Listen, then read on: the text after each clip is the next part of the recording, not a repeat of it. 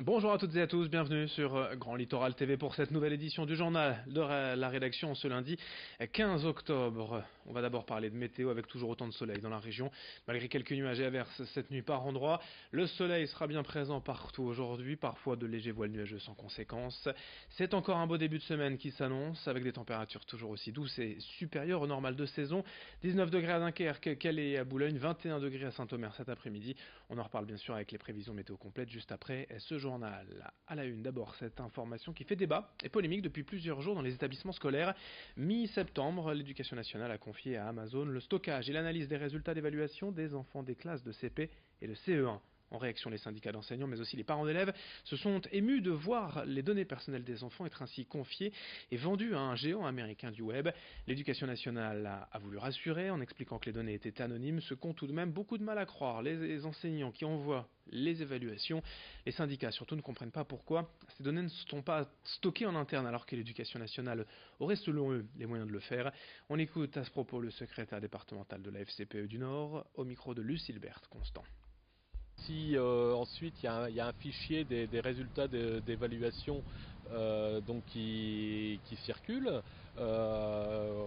on pourrait toujours dire qu'il puisse être ensuite consultable par d'éventuels employeurs plus tard de ces élèves dans 20 ans, surtout si ces tests sont amenés à se reproduire d'année en année, comme ça a l'air de se faire. Pourquoi pas, oui, de proposer des cours de soutien du privé.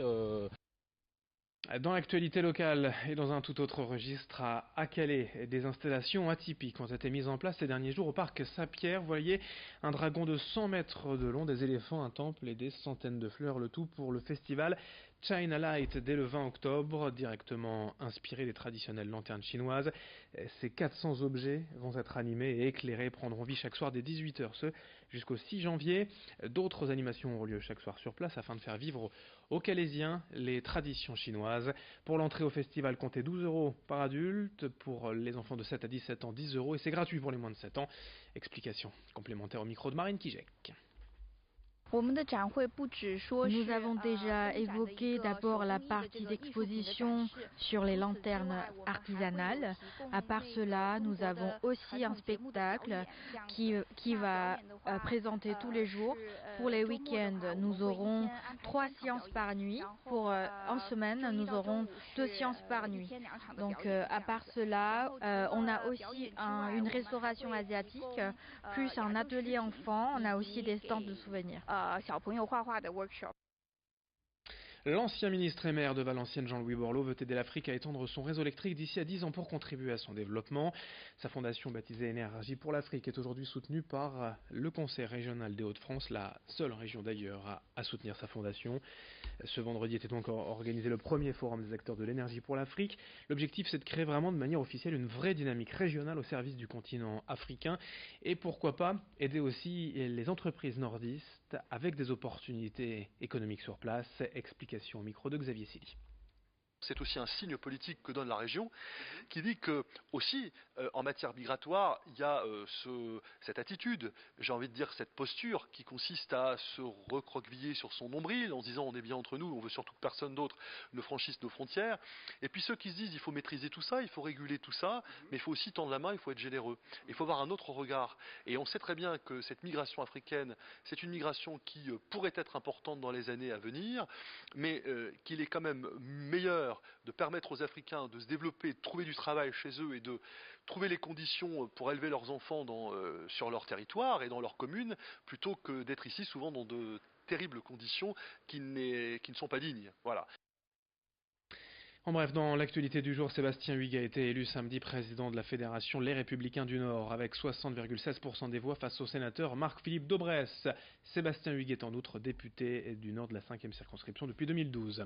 Dans un autre registre, la nouvelle Miss Nord-Pas-de-Calais s'appelle Annabelle Varane. Auparavant Miss Dunkerque, elle a été élue samedi soir à Orchy et elle n'est autre que la sœur du footballeur français champion du monde Raphaël Varane.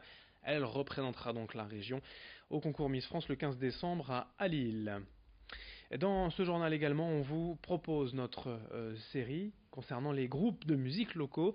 Zoom aujourd'hui sur les éléphants urbains, un groupe funk rock quintet, c'est-à-dire 5 musiciens avec basse, batterie, clavier, guitare et chant.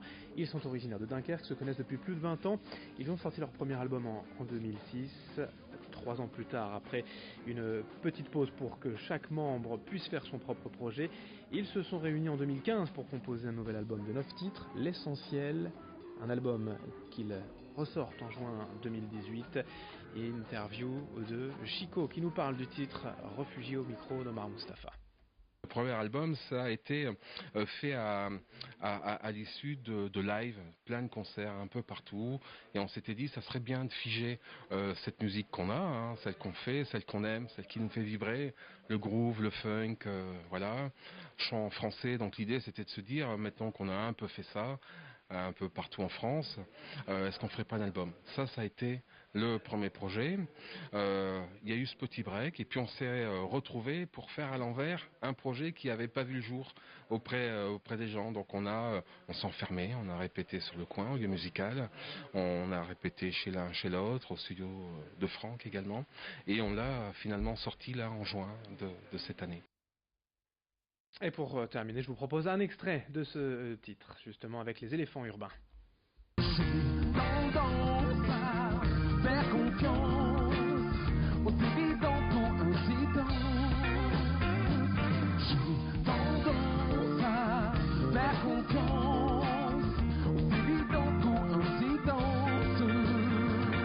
J'ai tendance à faire confiance aux évidents coïncidences. Pourtant je ne suis pas naïf. Et puis le sport aussi pour finir ce journal avec d'abord en basket la Jeep Elite. Victoire de l'ESSM Le Portel 98-87 face à Antibes ce week-end. Victoire également pour le BCM Gravelines Dunkerque à domicile 74-65 face à Monaco. On jouait aussi en football le 5e tour de la Coupe de France. Qualification sans problème des deux clubs de national, l'USBCO et l'USLD sur le même score 3-0. Dans le derby Saint-Omer-le-Touquet, victoire des Audomarois 3-1. Défaite en revanche d'Outreau face à Nogent. Le Portel s'est incliné 1-0 face à Calais-Pascal.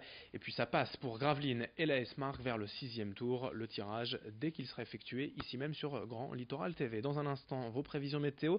Fin de cette édition. Merci à vous de l'avoir suivi.